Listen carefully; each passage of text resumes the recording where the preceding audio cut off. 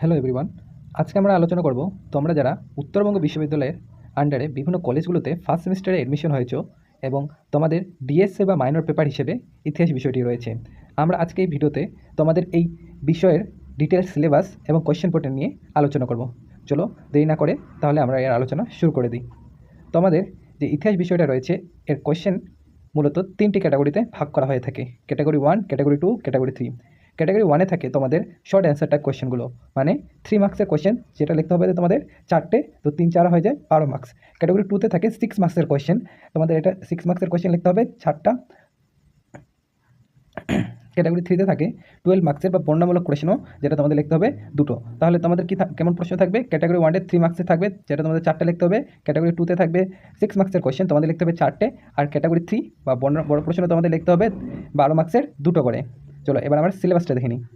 BSc বা minor পেপারের ইতিহাসের প্রথম ইউনিটে রয়েছে সোর্সেস অফ এনশিয়ান্ট হিস্ট্রি, মানে প্রাচীন ইতিহাসে যে উপাদানগুলি রয়েছে সেগুলি নিয়ে আলোচনা করতে হবে। তো ইতিহাসের উপাদানগুলিতে মূলত দুটি ভাগে ভাগ করা হয়েছে। কী হলো? একটা দেখো আছে আর্কিওলজিক্যাল সোর্সেস আর একটা আছে লিটারেরি সোর্সেস। তাহলে এই দুটো সোর্সেস কীভাবে আমাদের প্রাচীন ভারতের ইতিহাস গঠনে সাহায্য করবে সেটি আমাদের পড়তে হবে। ইউনিট 2-তে আছে পেলিওলিথিক, মেসোলিথিক এবং নিওলিথিক নিয়ে, মানে পেলিওলিথিক যে প্রস্তর যুগ আছে তার 3টে উপভাগ: প্রাচীন প্রস্তর যুগ, মধ্যপ্রস্তর যুগ এবং নব্যপ্রস্তর যুগ। তার কী পড়তে হবে? সংস্কৃতি বা কালচার, তার বিভিন্ন স্থানগুলো, তারপর তাদের যে হাতিয়ারের গঠন ছিল সেগুলো এবং এর কী ফিচার বা মূল বৈশিষ্ট্যগুলো পড়তে হবে। তবে ইউনিট 3-তে রয়েছে একটা very important topic, Harappan civilisation, মানে হরপ্পা সংস্কৃতি। তো এই সম্বন্ধে আশা করি তোমরা সবাই কিছুটা ধারণা রয়েছে। তো হরপ্পা সভ্যতার আমাদের কী পড়তে হবে? তার উৎপত্তি পড়তে হবে। তারপর হরপ্পা সভ্যতার এক্সটেন্ট, মানে আমাদের ভারতীয় উপমহাদেশের জুড়ে যে হরপ্পা সভ্যতা ছিল তার বিস্তার পড়তে হবে। আর তারপর একটা ভেরি ইম্পর্টেন্ট টপিক যেটা হলো এর উন্নত টাউন প্ল্যানিং।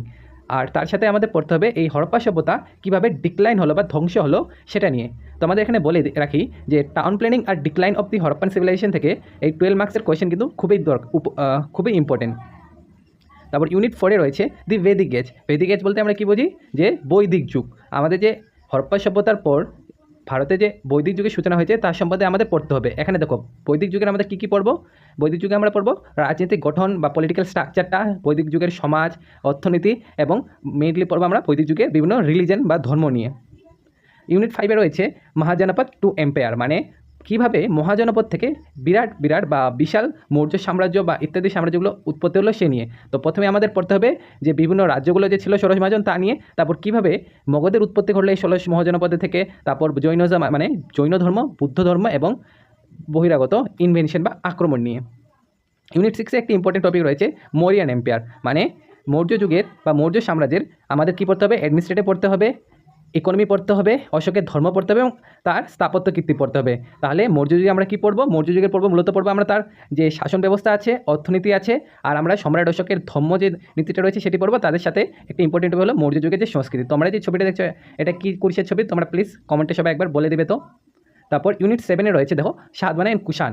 এই সাতবাহন এবং কুষাণ বংশের সম্পর্ক আমাদের পড়তে হবে। এটা কী পড়বো? এদের মেইনলি আমরা কী পড়বো? পলিটিক্যাল বা রাজনীতিটা পড়বো। তারপর সাতবাহন কুষাণদের যে মুদ্রা ব্যবস্থা রয়েছে সে সম্বন্ধে পড়তে হবে। আর আর্ট অ্যান্ড রিলিজনের মধ্যে স্থাপত্য কীর্তি এবং তার কী পড়বো? ধর্মগুলো পড়বো। ইউনিট 7-এ রয়েছে দক্ষিণ ভারতের ইতিহাসের, মানে সাহিত্য ইতিহাসে একটা ইম্পর্টেন্ট দি সাঙ্গামেজ। সাঙ্গামেজ থেকে প্রতি বছর 6 মার্কসের কোয়েশ্চেন দেওয়া হয়ে থাকে। তো সাঙ্গামেজের কী পড়বো? দেখো সাঙ্গাম লিটারেচার, মানে এই সঙ্গম সাহিত্য নিয়ে পড়তে হবে। আর সঙ্গম সাহিত্যের কী পড়বো? আমরা দক্ষিণ ভারতের, মানে প্রাচীন দক্ষিণ ভারতের সমাজ নিয়ে পড়বো। তো এটা ছিল তোমাদের এই সিলেবাসের ডিটেল আলোচনা। তোমাদের পড়ার সুবিধার জন্য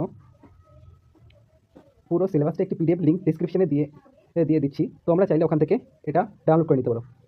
তো একটা ইম্পর্টেন্ট কথা বলেছিল, তবে পুরো সেমিস্টার জুড়ে যদি তুমি একদম গোছানো নোটস এবং প্রতিটি চ্যাপ্টারের ভিডিও ক্লাস এবং সরাসরি আমাদের কাছে গাইডেন্স পেতে চাও, তবে আমাদের একটি গাইড পেড ব্যাচ রয়েছে যেটা তুমি জয়েন করতে পারো।